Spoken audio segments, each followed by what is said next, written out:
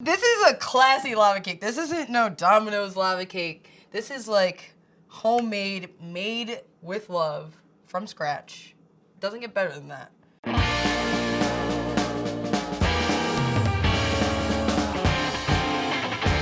I have got the most delectable lava cake recipe coming at you. It's simple, it's fun. I kind of had to take from like, I don't know, just my experience with vegan baking and techniques I had learned from different bloggers and kind of bring that all together to create my own lava cake.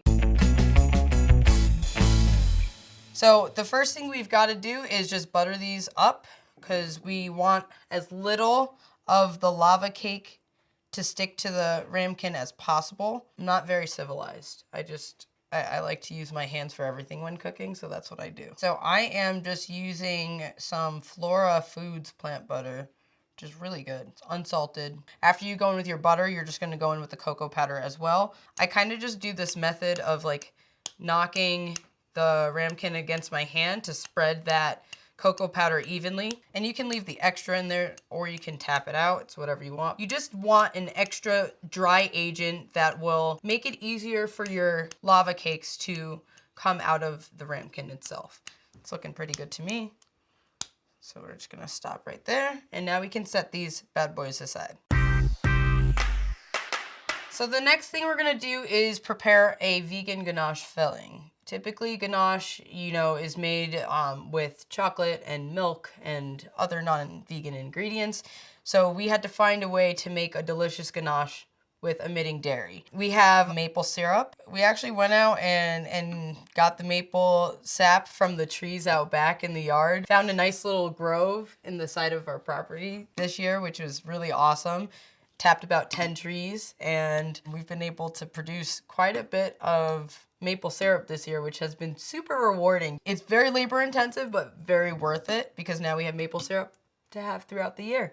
We've also have refined coconut oil, and it's very important to use refined coconut oil for this recipe because it has a very neutral flavor. It doesn't taste like coconut like you might expect. And then it also will harden in the fridge and then become this ooey gooey melty center for the lava cake during baking. And last but not least, we're gonna add cocoa powder.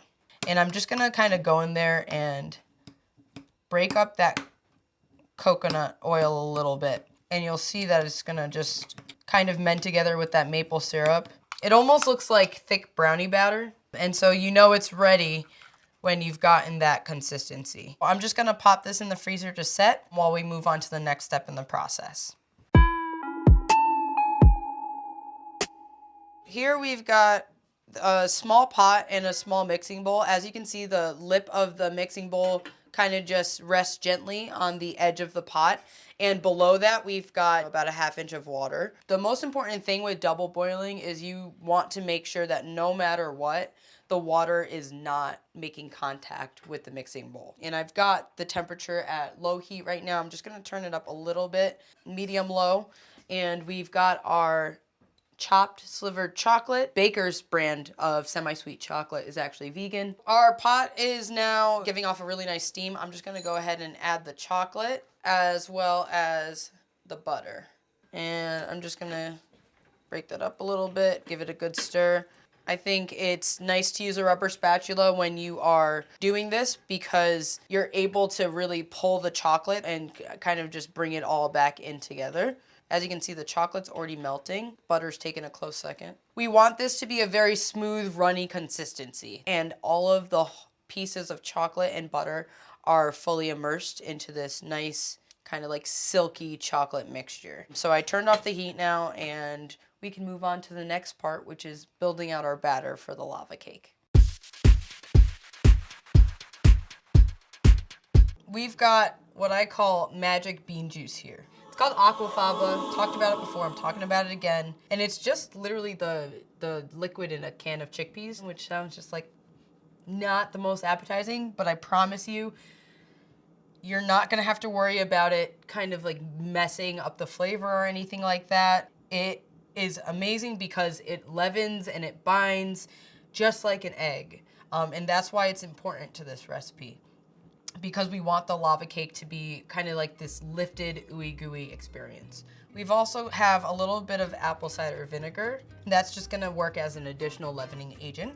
We've got some Madagascar vanilla here, vanilla extract. That'll add just a really nice subtle hint of vanilla to the recipe, and a little bit of kosher salt. This is just organic cane sugar. Interesting fact, a lot of sugar is actually processed with animal bone char. So that's how you get a lot of the white sugar. As you can see, this is more tan in color. It hasn't been processed with animal bone char because it's literally just to make the sugar white. Most people would use like an electric beater at this point in time, but no, we're going manual. We're doing the work. So I'm just gonna go ahead and start whipping this up, and you can see it's already starting to get foamy. Again, this is important for making sure that the lava cakes are leavened and can bind well. You wanna see it kind of get this consistent foaminess and less of those larger air bubbles. So I had to really adjust the aquafaba, the butter, the chocolate, and get it just right to make sure that you could get all of the elements that a lava cake needs, but still not compromise on the flavor at all. We have our aquafaba mix, AKA our wet mixture, that is the perfect consistency that we're looking for. Minimal air bubbles and just nice, thick, and foamy. So now we're gonna get started with adding our dry ingredients and some of the additional flavorings. I'll start by adding some baking powder. Then we'll go ahead and add some baking soda. Again, these are just additional leavening agents. We don't want our lava cake to fall flat. That's why it's so important that we get it just right. And then we have some silk chili powder. This is actually from Turkey. Very interesting, very bold, very flavorful. I always think chili plays very well with dark chocolate. So in addition to getting, you know, the sweet notes from this recipe, you're also gonna get a subtle spice on the back of the throat. This is totally optional, but I wouldn't skimp on it. I think it's very interesting and makes the flavor more deep and more robust. And now we're just gonna add some flour, and we're looking for the consistency to be smooth. And now I'm just going to add some plant milk. You can use any milk that you've got. We're just gonna mix that in. I like using the silk oat milk. I've experimented with almond milk and oat milk and cashew milk, and they all work the same for the recipe. And this will just smooth out that consistency a little bit more and make it a little bit more runny. I've removed the chocolate from the double boiler on the stove, and it's still nice and runny, which is exactly what we want. I found that it's best to gently fold in the chocolate mixture as the last step so that your batter does not go flat. I'm just going in with a rubber spatula because that allows me to get everything out of the mixing bowl. This is the part where you could potentially overmix. We don't want that. I am just gently folding until I see that this is one consistent color. And that's when you know it's ready. We're just gonna get right into the ganache, which is already set in the fridge, roll those out into balls, and get started with our arranging of our ramekins. This part's definitely messy. You're just gonna get in there. You're gonna have a little ball of ganache.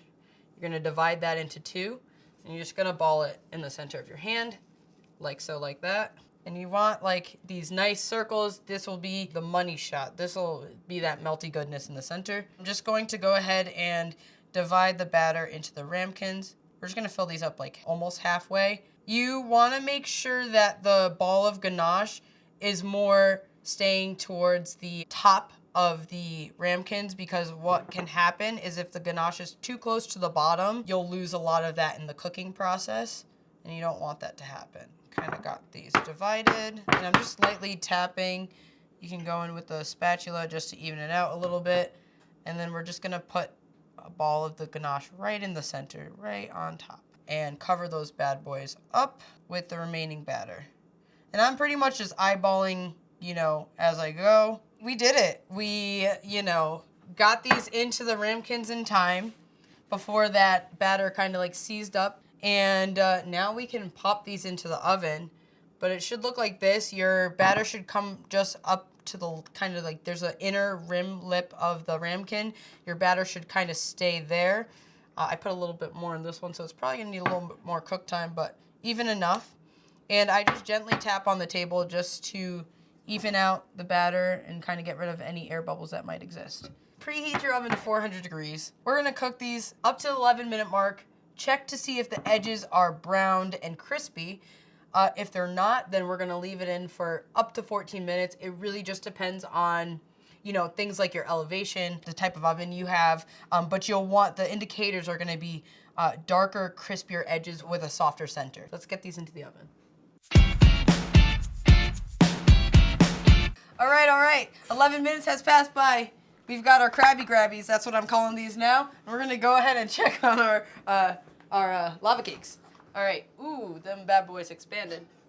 So we've got those like brown, crispy edges that I was looking for, and the center should be soft to the touch. They'll kind of fall a little bit after they come out of the oven. If they're a little bit, you know, if they flow over the top a little bit, no big deal. And you can kind of work that back in when you go around the edges with the knife. So we're just gonna let those cool for like, I don't know, a minute or two. And then we have the moment of truth. Will they lava? I shouldn't look at these for any longer or else I might just go in and start eating. So I'm gonna back away. The time has come. I'm gonna run this knife gently along the edges, okay? All the way around. This is still a little hot, but I have what I like to call brave hands. All we're gonna do, I like to give it a nice little tap, and lava cake. Lava cake. You can see the center already wants to ooze out. What we're looking for here is a pretty consistent texture around the edge and just that molten center. That's the most important part here. And it's slightly oozing out over the edge of the lava cake. And once we take our spoon and dig in, it'll flow right out, exactly what we were looking for. So I'm pretty happy with how this turned out so far. I'm just gonna add to a small fine mesh sieve some powdered sugar. Oh, and it kind of did the job for me, but what you can just do is lightly tap to evenly distribute that powdered sugar. And it looks like a snow-covered mountain. Pretty excited to dig into this. Oh yeah, look at that gooey ganache center. Oh, it's dripping a lot though. It's so rich and so decadent. I don't know how else to describe it. Like it's